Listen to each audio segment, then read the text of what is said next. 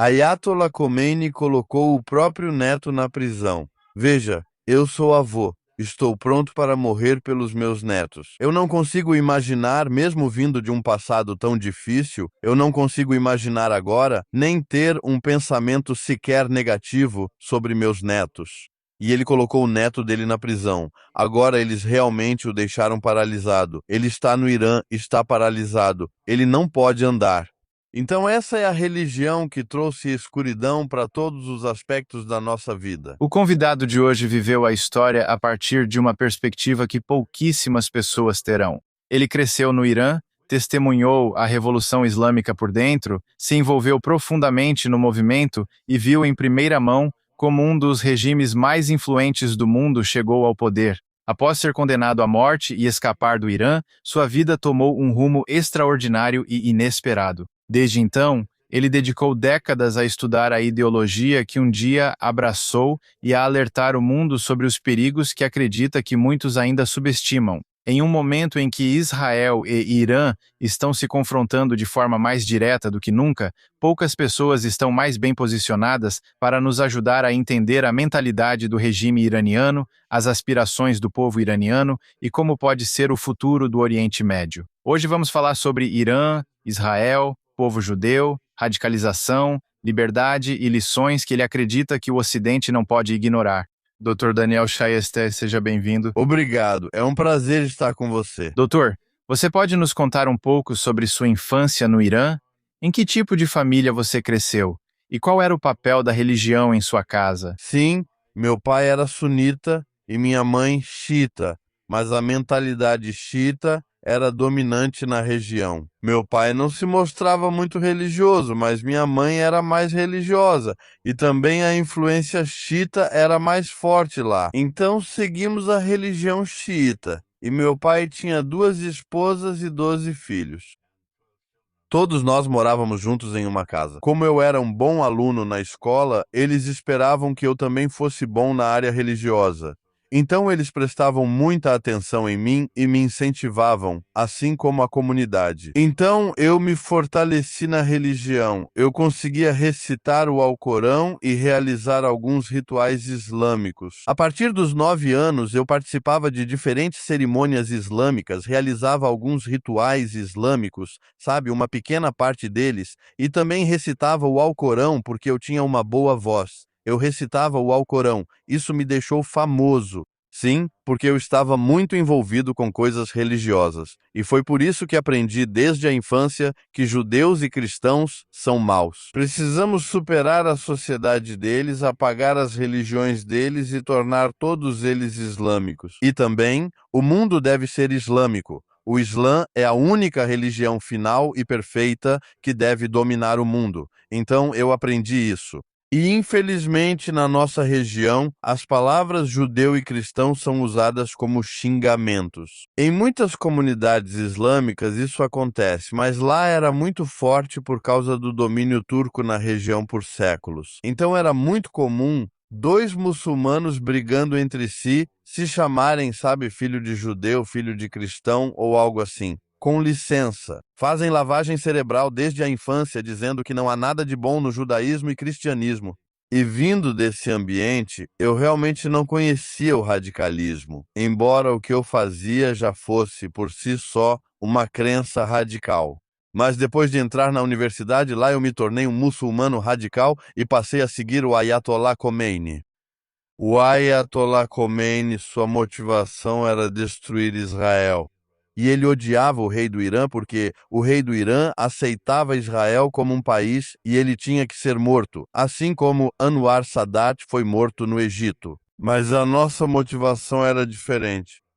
A minha era muito sociopolítica. Sabe, eu era um ótimo estudante e não consegui continuar meus estudos por causa de problemas financeiros. E isso me deixou revoltado com o rei e com o sistema. Então todos nós nos juntamos ao Ayatollah. Infelizmente, alguns políticos estavam por trás do Ayatollah. Nós não sabíamos como Jimmy Carter e o primeiro-ministro da Inglaterra e outros achávamos que era o milagre de Alá. Nós não sabíamos que eles estavam por trás dele, apoiando-o contra o comunismo russo, porque não acreditavam que o Shah seria capaz de resistir ao comunismo russo. Como a Rússia invadiu o Afeganistão, eles ficaram com medo, então ajudaram ele, mas nós não sabíamos. Nós pensávamos que talvez fosse um milagre a voz de um homem ser tão forte assim.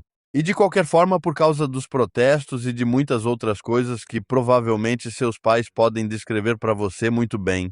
Então o Shah deixou o país caiu em nossas mãos. E porque eu tinha feito algo no quartel de Isfahan, eu estava cumprindo meu serviço militar de 2 anos lá. Eu fui o primeiro a ouvir o Ayatollah e fugir para enfraquecer o exército. Mas isso me deixou famoso depois da Revolução. Então eu fui um dos 3 primeiros convidados para começar o exército revolucionário. Se isso tivesse ocorrido, eu seria comandante-chefe de todos os comandantes do exército mortos por Israel e pelos Estados Unidos recentemente. Mas eu não sabia que Deus tinha um plano para mim. E então, o que aconteceu? Muito em breve descobri a maldade dos clérigos e, na verdade, o clero que pretendia iniciar o exército revolucionário. Ele era um cara mais moderado comparado ao Ayatollah. Ele era um pouco patriota e eles o mataram. Eles não queriam que uma pessoa patriota comandasse, você sabe, o exército revolucionário. Então, isso realmente foi um sinal de alerta para mim. E também, o Ayatollah mentiu para o povo iraniano, dizendo que não assumiria nenhuma posição política. Os clérigos não se envolveriam em nenhuma atividade política, você sabe. Mas, na verdade, aconteceu exatamente o oposto. Ele ignorou todas as suas promessas e assumiu a liderança. E não só isso, ele se tornou um líder inquestionável. Isso se tornou uma parte muito forte do princípio islâmico no Irã, chamado Wilayat-e-Faqih. Isso significa que o líder supremo tem autoridade absoluta sobre tudo. Mesmo que um presidente seja eleito, o líder supremo pode derrubá-lo e fazer o que quiser. E naquela época, isso também significava que ele era o comandante supremo do exército revolucionário. Então eu disse: se eu for lá e ficar com esse cara que mentiu para o povo iraniano, vou servi-lo e destruir o país. Então eu me tornei um opositor, como muitos outros, e apenas tentei trabalhar de forma independente. Ainda assim, tínhamos grande reverência por ele, principalmente por causa da nossa segurança e também porque realmente não queríamos ser a causa do caos dentro do país, mas já era tarde demais, de verdade. Quero dizer, quando muçulmanos radicais assumem o controle, não é fácil derrubá-los à força. E então, o que aconteceu foi que muitas pessoas se lançaram como candidatos independentes para o parlamento islâmico. E, na verdade, o primeiro presidente foi um cara independente. Então ele venceu a eleição com 88% dos votos e a maioria dos independentes venceu. Na minha região, eu venci, mas não me deixaram assumir porque eles já tinham muita influência lá, pois naquela área, sunitas e xiitas eram misturados. E então, nessas áreas, eles se infiltram muito para silenciar, sabe, os sunitas. Então, na minha região, no dia da eleição, eles me espancaram com uma corrente. Eu desmaiei na rua. Ninguém conseguiu me tocar e me ajudar. Então, de qualquer forma, quando o grupo dos ayatollahs perdeu por 2%, sabe, na eleição para a presidência, mas o cara independente ganhou com 88%. E isso realmente deixou ele irritado. E ele esperava mostrar para as forças internacionais que ele era o número 1, mas perdeu com 2%. 2% é quase zero. Então isso o deixou irritado. E ele até tentou matar o presidente. Esse presidente não teve opção além de fugir para a Alemanha, desculpe, França. O governo foi destruído. Alguns fugiram, outros foram mortos. Eu fui um deles, capturado e colocado em uma cela no corredor da morte. Mas com a ajuda de alguns amigos meus que estavam em posições muito altas, eles fizeram uma manobra jurídica. Eles me liberaram temporariamente, então consegui fugir do Irã para a Turquia. Então foi assim que consegui ficar seguro das mãos deles. Fascinante. O que te ensinaram especificamente sobre Israel? E por que Khomeini era tão obcecado por Israel?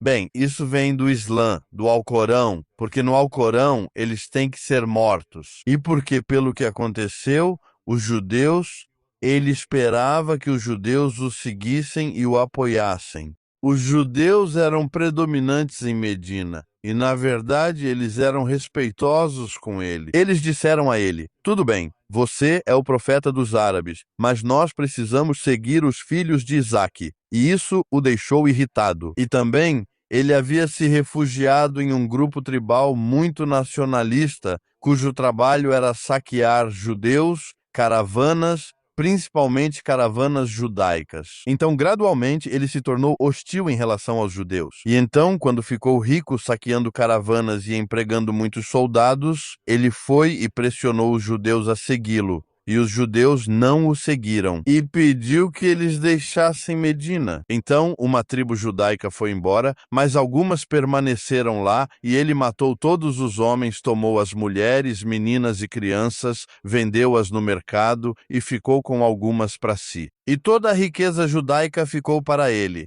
Então, o que ele fez depois disso, ele disse: Alá disse que não deveria haver nenhum judeu no mundo. Então, essa mentalidade permaneceu entre os muçulmanos até hoje.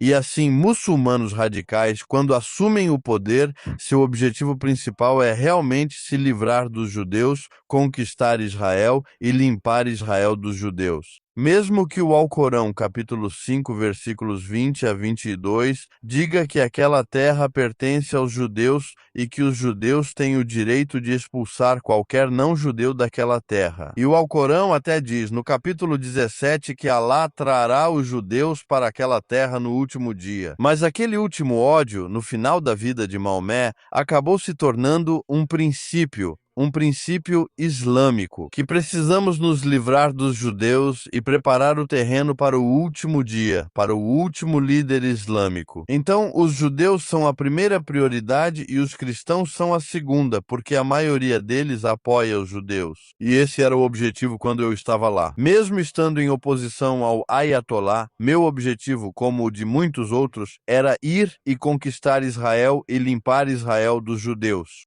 Mas eu louvo ao Senhor por Ele ter mudado minha vida agora. Nós amamos os judeus e, quero dizer, os judeus, historicamente falando, e até mesmo na percepção islâmica, você sabe, toda aquela terra pertence aos judeus, sabe? Historicamente. É simplesmente um absurdo que todas as outras nações surgiram e se tornaram países. E até mesmo a Jordânia não era um país na história. Ela se tornou um país, mas eles não queriam que Israel se tornasse um país. Isso vem diretamente das páginas do Alcorão, vem dos princípios do Islã. É isso. E você mencionou uma vez que ajudou a treinar os jovens revolucionários. O que isso envolvia? Você disse que ensinou a eles como ficar com raiva. Como se ensina o ódio? Qualquer um pode se radicalizar?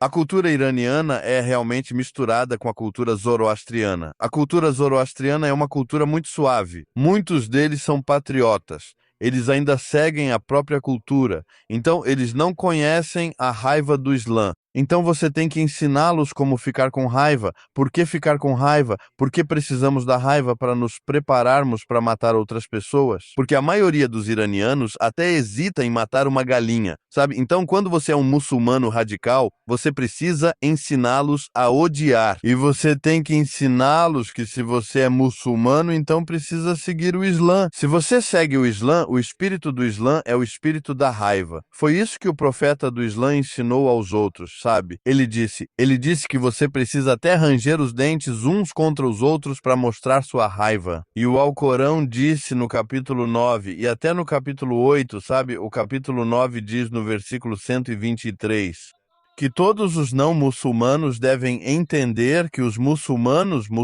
justos, estão aterrorizando. Eles têm uma atitude dura com os outros. Então esse é o sinal de retidão. Você precisa ficar com raiva. Quero dizer, imagine o que aconteceu em, você sabe, 7 de outubro. Eles simplesmente vieram e até mesmo crianças pequenas foram decapitadas e estupradas. Então você precisa prepará-los para mostrar tanta hostilidade aos judeus para aterrorizá-los. Então, aterrorizar é o grande sinal do Islã para forçar outras pessoas a se tornarem muçulmanas. E Maomé até aterrorizou algumas das tribos da Arábia Saudita. Você sabe, está escrito no próprio livro deles, sabe, quando eles mataram homens e as meninas e mulheres fugiram. E quando eles se aproximaram das mulheres, as mulheres tiveram que levantar, sabe, seus vestidos e mostrar suas partes íntimas para eles, dizendo que estavam, sabe, em suas mãos, porque eles estavam realmente furiosos. Se você não lhes mostrasse uma fé obediente, eles te massacrariam e matariam. Então, a raiva faz parte do Islã. Eu estava ensinando a eles que você precisa ficar com raiva, assim como muitos outros líderes muçulmanos radicais. Qual foi o papel da propaganda para o regime e qual é o papel que ela desempenha atualmente para o regime também? A propaganda é 100%. Você realmente tem que gastar, sabe? Imagine que quando eu estava lá, as placas de trânsito apontavam para, sabe, Jerusalém. As placas de trânsito, ao invés de escrever 1.000 quilômetros ou 500 quilômetros até Teherã, havia placas com 3.000 quilômetros ou 5.000 quilômetros até Jerusalém. Essa propaganda deveria ensinar as pessoas que Israel pertence ao mundo muçulmano e, no contexto iraniano, ao mundo xiita. E foi isso que eles fizeram, gastaram trilhões de dólares em propaganda, sabe, preparando jovens que tinham voz para cantar pelo Islã e motivar as pessoas. E as pessoas choravam. Eu também quero participar da guerra, por exemplo, contra Saddam, porque eles chamavam Saddam Hussein de sionista, sabe? Sempre o seu inimigo. Você chama o outro de sionista. Eu mesmo estive em uma prisão. Eu estava no corredor da morte, eles me chamavam de sionista, mesmo eu odiando os judeus naquela época. Sabe? Foi humilhante para mim. Então, a propaganda é impressionante. A maior parte do dinheiro do país é gasto apenas com propaganda e terrorismo. Agora, depois de escapar do Irã, que perguntas você fazia a si mesmo? Por que começou a estudar outras visões de mundo? Você esperava que suas crenças sobre o Islã mudassem? Bem, foi realmente a orientação de Deus. Na Turquia, eu precisava de um visto para viver naquele país. Me desculpe por isso. Eu precisava de um visto para viver naquele país. O único visto que eu podia conseguir era o visto de estudante porque minha mãe é turca. Sabe, eu conhecia a língua turca desde a infância, então não foi difícil para mim me matricular na universidade. É um pouco diferente. Você aprende em um mês ou dois. E então eu escolhi um tema para o meu doutorado. Meu tema principal no doutorado é gestão internacional, mas o foco principal é sobre culturas, religiões e filosofias, ideologias filosóficas e como elas moldam as atitudes humanas, sua cultura, família, cultura organizacional, liderança, ética. Eles são muito importantes na área de negócios de verdade e eu realmente me apaixonei por esse assunto. Antes dos meus estudos, eu pensava que encontraria coisas muito boas sobre o Islã. Eu nunca pensei realmente sobre os valores judaico-cristãos. De jeito nenhum. Eu nunca pensei sobre isso. E especialmente o ódio, que eu mencionei para você, estava estabelecido ali. Mesmo que você seja um muçulmano não praticante. Naquele tempo, eu era um muçulmano não praticante. Mesmo assim, odiava judeus, pois você cresce com essa mentalidade. É impressionante que até mesmo cristãos, muitos cristãos que cresceram em países islâmicos, odeiam judeus porque não tinham escolha a não ser manifestar esse ódio para se sentirem seguros naquele país. Nunca realmente pensei sobre o cristianismo e valores judaico-cristãos. Eu pensava, sabe, eu conheci algumas filosofias sobre Deus, mas nunca conheci profundamente a filosofia política, social e ética islâmica. E eu estava pensando em encontrar coisas boas sobre o Islã, mas depois da minha investigação e estudo, fiquei realmente surpreso e chocado ao descobrir que o Islã era a crença mais imatura do mundo, falando socialmente e politicamente de todas as formas. Sabe, quero dizer, eu não estudei tanto sobre espiritualidade. Ainda assim, você acaba estudando um pouco por causa, sabe, da antropologia, das atitudes humanas e outras coisas, mas não profundamente. Mas eu descobri que as sociedades ocidentais se tornaram bem-sucedidas em todos os aspectos. E Israel também, por causa dos seus valores religiosos, porque só os valores judaico-cristãos, sabe, trouxeram, sabe, a liberdade. A liberdade individual só faz sentido nelas. É por causa da natureza da sua religião e por causa da natureza dos seus deuses. Por exemplo, Deus no Islã e em outras religiões é um Deus dualista. Sabe? Eu já sabia disso antes por causa do meu interesse em filosofia e poesia clássica iraniana, mas eu nunca soube que a natureza de Deus na Bíblia é única. A unicidade está presente, não é dualista. E quando o seu líder espiritual tem a unidade e a singularidade, isso significa que ele é livre. Ele não é dualista, ele está livre do dualismo. E quando você o segue, você também é livre. Então, filosoficamente falando, doutrinariamente falando, a liberdade só faz sentido, sabe, no cristianismo, nos valores judaico-cristãos. E socialmente também você vê que nos países ocidentais é por isso que eles valorizam a liberdade. Mas quando se trata do Islã, é simplesmente uma religião totalitária. O totalitarismo nunca anda de mãos dadas com a liberdade. O socialismo é a mesma coisa.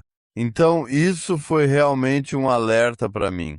E também vendo o valor que dão à família, que você sabe na Bíblia, um homem e uma mulher se unem, eles se tornam um só, eles não são mais dois.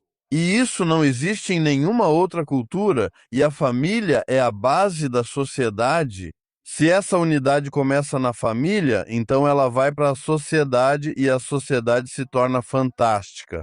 Ou você sabe, o Evangelho diz que vocês são membros de um só corpo, e eu descobri que as organizações dos países ocidentais estão seguindo esse princípio de que qualquer pessoa que trabalha na minha sociedade, na minha organização, é membro da minha organização.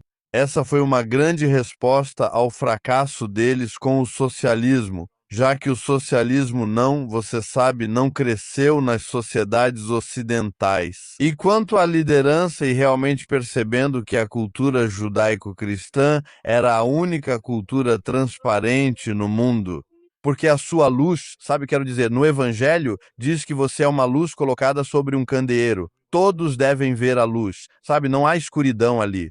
Enquanto em todas as outras religiões, como mencionei para você, os deuses são uma mistura de trevas e luz, o que filosoficamente não faz sentido. A luz nunca se mistura com as trevas, mas eles acreditam nisso. Então, se você acredita nisso, isso significa que você permite que as trevas entrem na sua vida. Então, sua cultura não é transparente, por isso eu fiquei realmente impressionado. E isso realmente mudou minha visão de mundo em relação aos valores cristãos. Sabe, valores judaico-cristãos. Mas, sabe, eu ainda era apenas um muçulmano nominal, sabe, pensando, isso é fantástico. Sabe, nunca passou pela minha cabeça que um dia eu seria um seguidor de Jesus Cristo. Nunca mesmo. Isso nunca me ocorreu, nunca se aplicou a mim. Eu nunca pensei sobre isso. Como você distingue entre o Islã como uma fé pessoal e o Islã como uma ideologia política? Onde os extremistas distorcem o Islã e onde eles refletem com precisão as ideias que você encontrou? O Islã é totalmente político. Mesmo muçulmanos moderados dizem que, você sabe, eles são moderados, mas até certo ponto, eles permitem que a política, você sabe, penetre em suas vidas de todas as formas. Imagine que quando eu estava no Irã, eu nunca vi nenhum muçulmano dizer que Israel é bom. Todo mundo dizia que os judeus, e você sabe, Israel são maus. Agora é muito diferente hoje em dia. Então, a face do Islã, agora cerca de 80% deles amam Israel e os judeus. Então, o Islã, fundamentalmente, é um sistema político. E o profeta do Islã transformou isso em um sistema político. Ele se tornou o estadista, ele se tornou o líder incontestável. Está escrito no Alcorão que você não pode questionar isso. Mas quero dizer, graças a Deus que muitos muçulmanos agora são moderados. Eles não são radicais. Caso contrário, eles realmente tornariam o mundo muito caótico. O motivo pelo qual isso é bom, até certo ponto, é porque eles estão seguindo sua própria cultura nacional. A cultura nacional deles também é dominante entre eles. Como eu ouvi tantas vezes que indonésios dizem, eu sou muçulmano indonésio ou muçulmano malaio. Iranianos são muçulmanos iranianos. E por isso eles valorizam a cultura nacional deles. Assim, a cultura nacional deles os influencia e eles estão se tornando um pouco mais moderados. E graças a Deus que nos últimos 47, 48 anos, ele permitiu que o Islã mostrasse sua verdadeira face, sabe, para as pessoas, especialmente no Irã, e especialmente para os jovens em todos os países islâmicos. E graças à tecnologia que revelou o Islã, o espírito do Islã para as pessoas e para que as pessoas, até mesmo os muçulmanos, entendessem que o Islã é totalmente uma religião política. Intervém em todos os aspectos da nossa vida, interfere, não te deixa em paz. Então, o Islã é uma religião política, mas também afetou os muçulmanos só de nome até certo ponto. Agora, em que momento você começou a se interessar pelo cristianismo? E quando conheceu cristãos pela primeira vez, o que você experimentou que foi diferente? Eu te disse que eu não estava interessado. Isso realmente não se aplicava a mim. E eu tinha um sócio. Na verdade, me tornei sócio dele. Ele era um iraniano na Turquia. Ele tinha um pequeno negócio. Eu me tornei sócio dele. Ajudei a aumentar o capital. Mas depois ele pegou todo o meu dinheiro e fugiu para a Alemanha. Não pude processá-lo legalmente, pois a empresa estava em seu nome. Tentei uma abordagem amigável, mas não conhecia nenhum amigo dele na Turquia. E um dia eu me lembrei que havia um grupo de cristãos iranianos que vinha até ele, aqueles cristãos iranianos que fugiram do país. A maioria deles era ex-muçulmana, na verdade. Eles vinham até ele e tentavam convertê-lo. Mas eu não estava interessado. Eu estava indo embora dali. Sempre que eles vinham ao nosso escritório, eu saía. Agora, porém, sentia necessidade de ir à igreja deles, esperando obter algumas ideias. Então, pela primeira vez, fui à igreja deles buscar ideias para recuperar meu dinheiro. Então, esse foi o motivo de eu ir à igreja pela primeira vez. E eu compartilhei minha história com eles. Eles ficaram muito tristes. Eles me prometeram que iriam encontrá-lo na Alemanha, escrevendo para seus amigos e incentivando-os a procurá-lo e encontrá-lo. E então, eles poderiam nos colocar em contato. E eu perguntei a eles: como posso saber de vocês se vão conseguir encontrá-lo ou não? Eles me incentivaram a ir à igreja porque trabalhavam todos os outros dias, só tinham o domingo livre, e me disseram que eu só poderia vê-los no domingo. Então é melhor você vir aqui e nos perguntar. Então, mesmo tendo medo de ir à igreja, porque um muçulmano não deveria ir à igreja, e especialmente um muçulmano fugitivo que fugiu de uma sentença de morte, eu não queria outra sentença de morte aqui.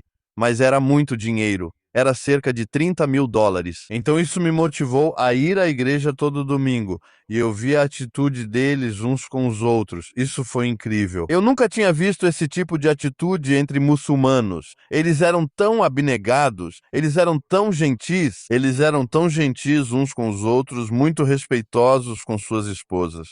E as esposas deles eram livres. As esposas deles podiam falar com todo mundo. Mesmo eu sendo muçulmano, as mulheres cristãs podiam conversar comigo, e isso me surpreendeu muito. Sinceramente, eu nunca acreditei que minha esposa deveria falar com qualquer estranho. Quando eu digo estranho, até mesmo seu primo é um estranho para você. Se minha esposa falar com o primo dela, ela vai ter um grande problema, sabe?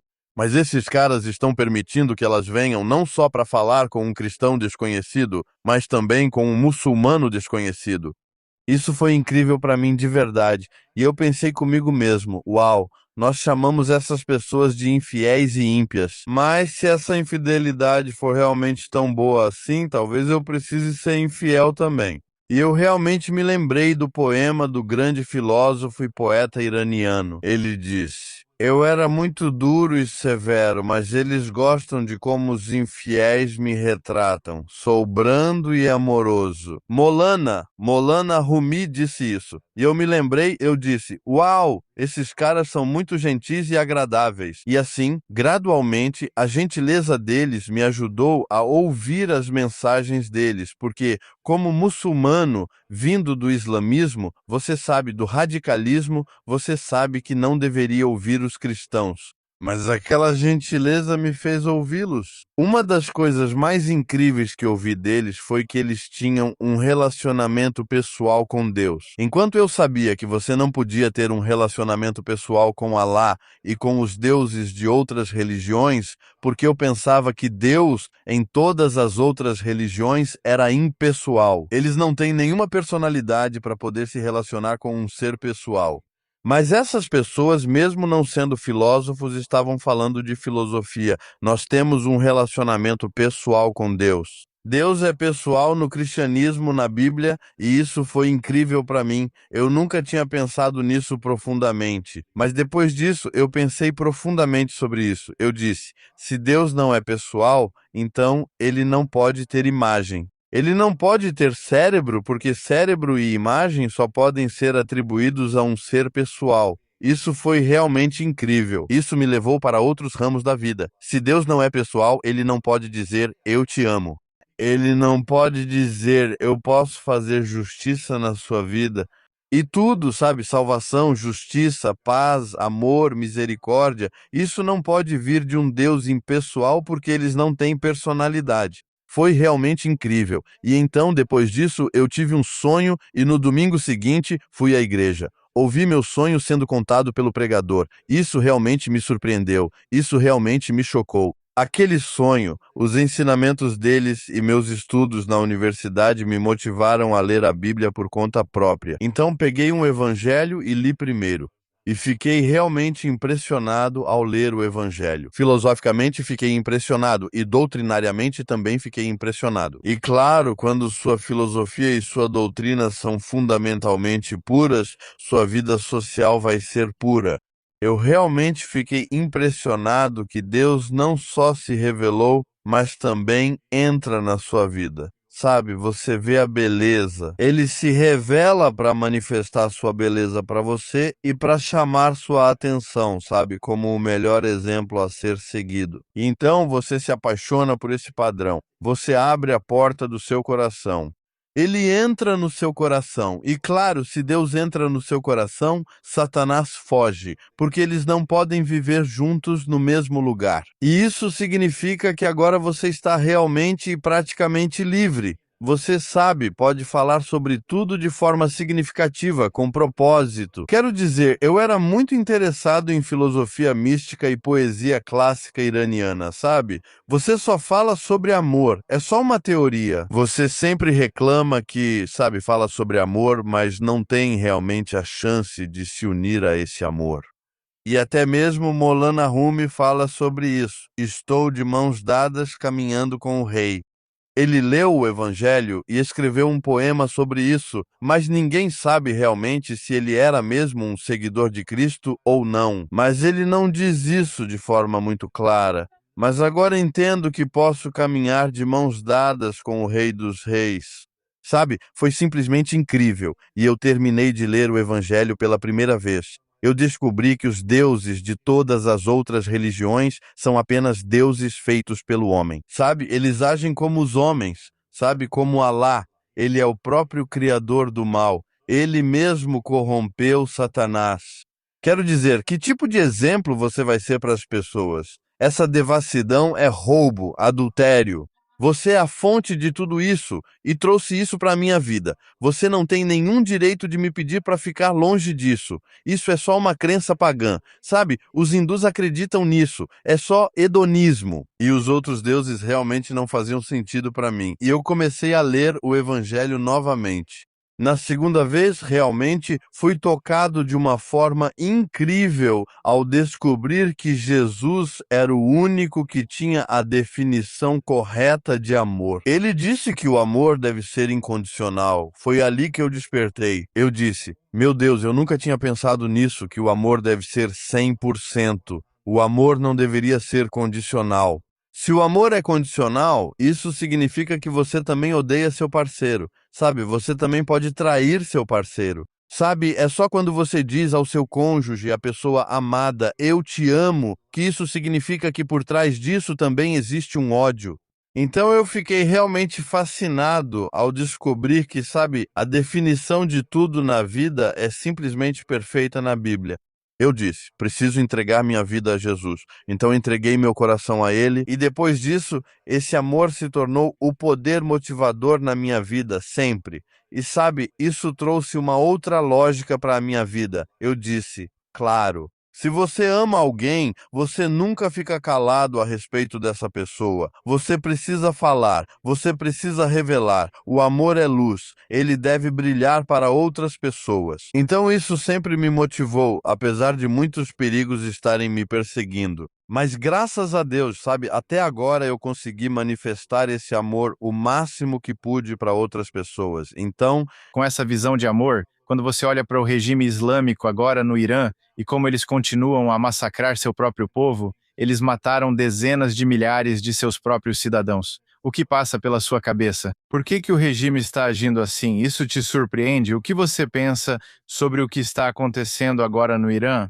eles não seguem de fato o Alcorão. Quero dizer, o Alcorão, capítulo 9, versículo 23, diz às crianças imaturas, sabe, às meninas com menos de 9 anos e aos meninos com menos de 12 anos, não siga a tutela do seu pai muçulmano, se ele não for comprometido com o Islã.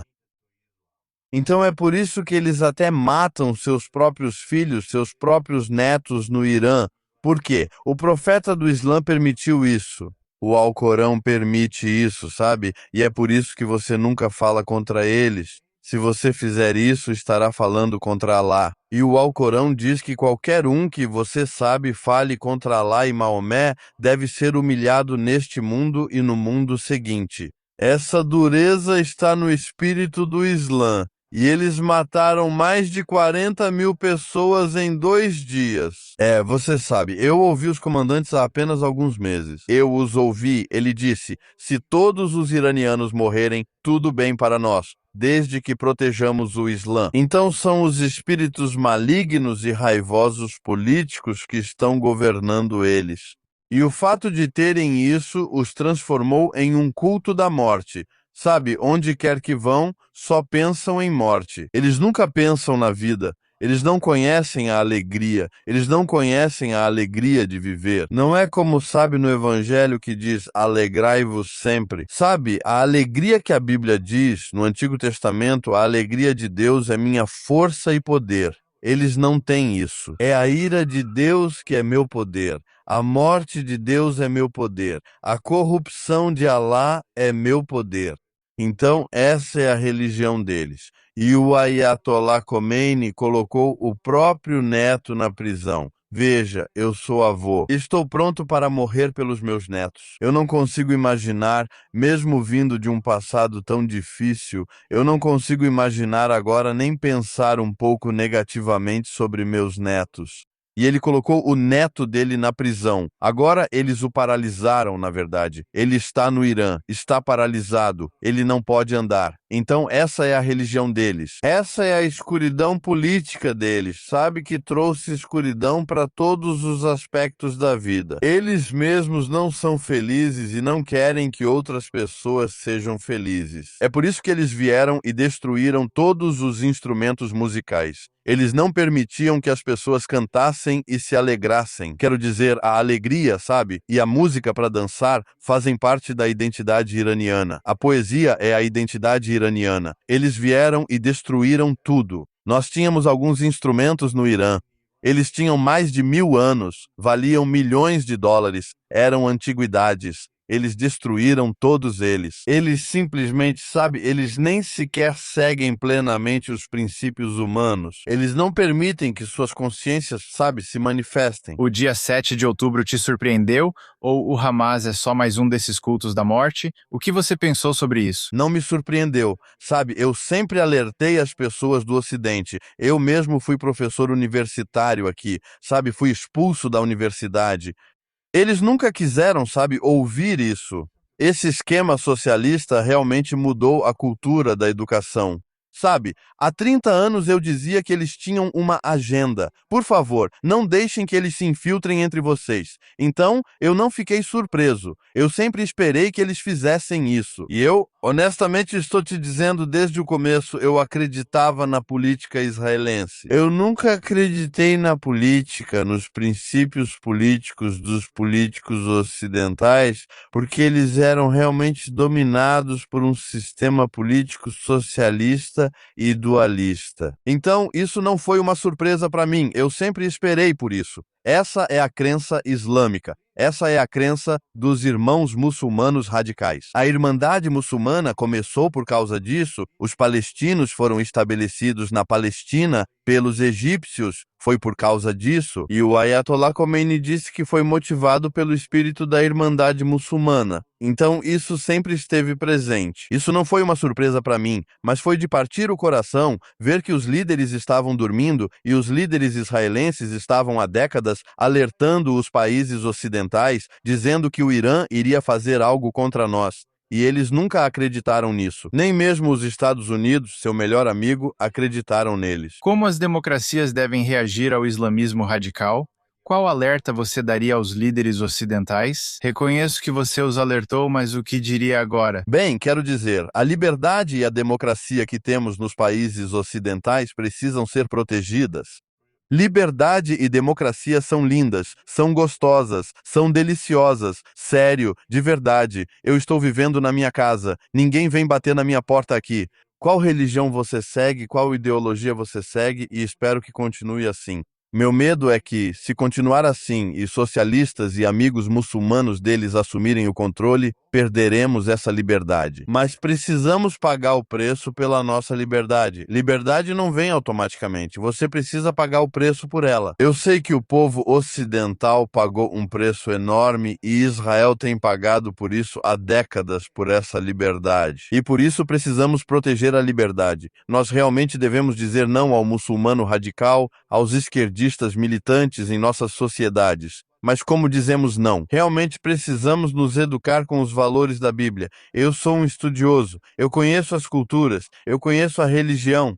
Não há nada de bom em qualquer outra religião ou ideologia que possa oferecer coisas boas às pessoas, mas você sabe, os valores judaico-cristãos. Então precisamos revelar tudo para eles. Você sabe como mencionei para você, Deus para eles ou seus gurus, sabe? E então chegar à doutrina e revelar para eles. E os países ocidentais, por décadas, falaram sobre multiculturalismo. Quero dizer, um dia eu estava falando, sabe, no parlamento finlandês para 200 políticos e havia alguns embaixadores lá. Eu disse, como vocês podem dizer que o multiculturalismo é bom? Até mesmo uma criança do ensino fundamental entende que só pode haver um melhor. Você não pode dizer que tem 10 carros e todos são os melhores, isso não faz sentido. Só existe um que é o melhor. Só uma cultura pode ser a melhor, e essa melhor cultura, essa cultura transparente, é a cultura ocidental. Precisamos proteger essa cultura judaico-cristã. Caso contrário, estaremos entregando nossos filhos, o futuro deles, o futuro dos nossos netos à escuridão, à dor e ao caos.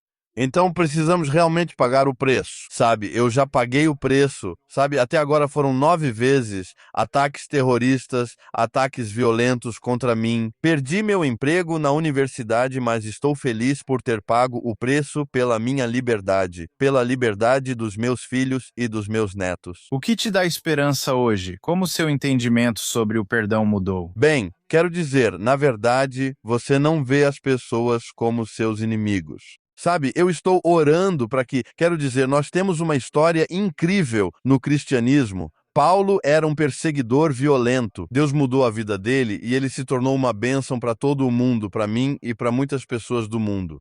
Sabe, eu nem sequer desejei a morte dos ayatollahs. Sabe, se Deus os mudar, eles se tornam uma bênção para as pessoas. Então, o perdão é a coisa mais bela da sua vida. Ele permite a paz. Um espírito pacífico para agir na sua vida. Veja, eu escrevi em um dos meus livros, odiar outras pessoas não é apenas odiar outras pessoas, que a semente do ódio está no seu próprio coração. Veja, o profeta do Islã pensava que odiar todas as outras tribos e limpar a Arábia Saudita da cultura não islâmica iria salvar a Arábia Saudita. Mas logo após sua morte, seus parentes por afinidade e seu genro lutaram entre si. Eles mataram uns aos outros. Então, o ódio é maligno. O ódio vai destruir sua própria família, seus próprios filhos, netos. Mas o perdão é abrir espaço para todos os outros. Sabe, nossa cultura, a cultura da Bíblia, a cultura de Cristo, é uma cultura de vitória, não é uma cultura de vencer e perder. Ajudamos todos a vencer, porque se todos se tornam vencedores, há progresso, há sucesso. Mas a cultura islâmica é uma cultura de vencer e perder. Isso vai destruir a própria cultura deles. Veja, Irã era o país número 1 em desenvolvimento no Oriente Médio. Agora está atrás de todos os países vizinhos. Por quê? É por causa do ódio. Mas o perdão está no coração de Deus, no coração do verdadeiro Deus. Sabe, eu já disse tantas vezes que os muçulmanos acreditam, especialmente os árabes, acreditam que Abraão é o pai dos judeus e dos árabes. Como você pode chamar, como pode dizer para o seu avô Abraão que seus netos, os judeus, são animais, mas nós somos seres humanos? Isso vai partir o coração do vovô. Você deveria permitir que o perdão do verdadeiro Deus entre na sua vida? Isso vai trazer paz para a sua vida, felicidade e alegria, e ter um vizinho maravilhoso e desfrutar da companhia do seu vizinho, ao invés de amaldiçoá-lo, ao invés de, sabe, sempre odiá-lo. Só para finalizar, você acha que um dia Irã e Israel poderiam se tornar aliados? Como você disse, 80% das pessoas no Irã, na verdade, gostam de Israel, gostam dos judeus. Como você vê isso se desenrolando no futuro? Honestamente, quando comecei o ministério há 35 anos, as pessoas me faziam essa pergunta. Eu disse, o islamismo radical não vai permanecer no Irã porque a cultura iraniana é diferente e também a tecnologia melhorou e está revelando isso hoje. As pessoas precisam de amor, as pessoas precisam de harmonia, as pessoas precisam de paz, e isso só existe no espírito do Evangelho. E graças à tecnologia, por meio da tecnologia que usamos, revelamos tudo aos iranianos, e isso fez sentido para eles e os incentivou a usar sua consciência, sua lógica. Então, eu vejo um futuro brilhante para o Irã e os iranianos agora estão buscando, e a educação faz parte da vida deles. É parte deles, sabe? É um símbolo para eles, um símbolo cultural para eles. Então, eu vejo isso. Quero dizer, a Bíblia também fala positivamente sobre isso. Vou estabelecer meu reino. Na verdade, esta manhã é incrível. Eu estava lendo Isaías, Jeremias, capítulo 49. Eu fiquei novamente impressionado que Deus tem um plano ali. Mas, logicamente falando, o islamismo radical não vai funcionar naquele país. Nós já tivemos isso antes, algumas vezes na época da dinastia Safávida e também na época de Nader Shah. Não funcionou no Irã, sabe, isso. Então, eu disse isso, sabe, décadas atrás, não está funcionando. E nós realmente estamos orando para que um dia vejamos os iranianos livres. Eles caíram nos braços de Jesus Cristo. Sabe, eles estão manifestando o amor e irradiando luz aos países vizinhos e amando seus países vizinhos. Amém. Veremos esse dia muito em breve. Dr. Daniel Chaister, muito obrigado pelo seu tempo e foi uma conversa realmente reveladora. Como as pessoas podem te encontrar, comprar seus livros e manter contato com você? Muito obrigado. É realmente um prazer para mim estar com você. Meu site é exodusfromdarkness.org e eles podem encontrar meus livros através do meu site. E também estão todos na Amazon, então eles podem ir lá e você sabe comprá-los se quiserem. Muito obrigado e desejo tudo de melhor para você. Que Deus te abençoe. Muito obrigado por me receberem. É ótimo estar aqui com vocês. Claro. Tchau, foi um prazer.